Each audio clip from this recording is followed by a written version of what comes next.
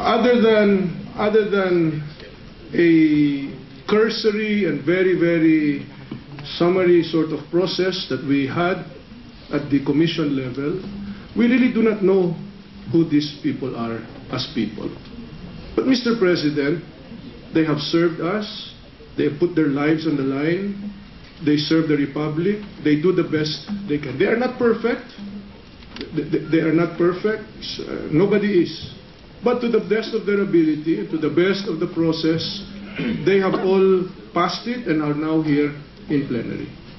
Mr. President, and that is the reason why I'm appealing to our colleague, that if in fact there is an objection to any one of them, then it is appropriate to say, well, I invoke Section 20, I do not like the record, I do not like the demeanor, I do not like whatever. But to so do it in a wholesale manner, I think is unfair.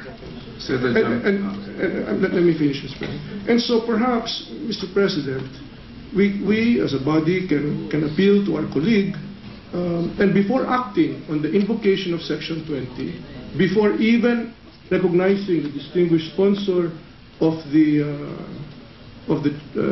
Committee on National Defense, perhaps the chair of the commission can suspend for a minute and try and sort this out. Mr. President, I object. Section 20, as even all the seasoned senators will know, is non-debatable.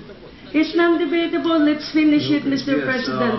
Senator Rojas is very clear that she has. I understand. So that's why I said that I concede that it is non-debatable. That is why I prefaced and I made my motion, or I made my interjection in the form of an appeal. Because I believe that it is unfair and not The appeal is noted. Just for the record, I would like to manifest that for 2 months I have had the records of these gentlemen, and we have done very discreet checks on them, and we have studied them also. It is unfair to say that it is a wholesale rejection, Mr. President.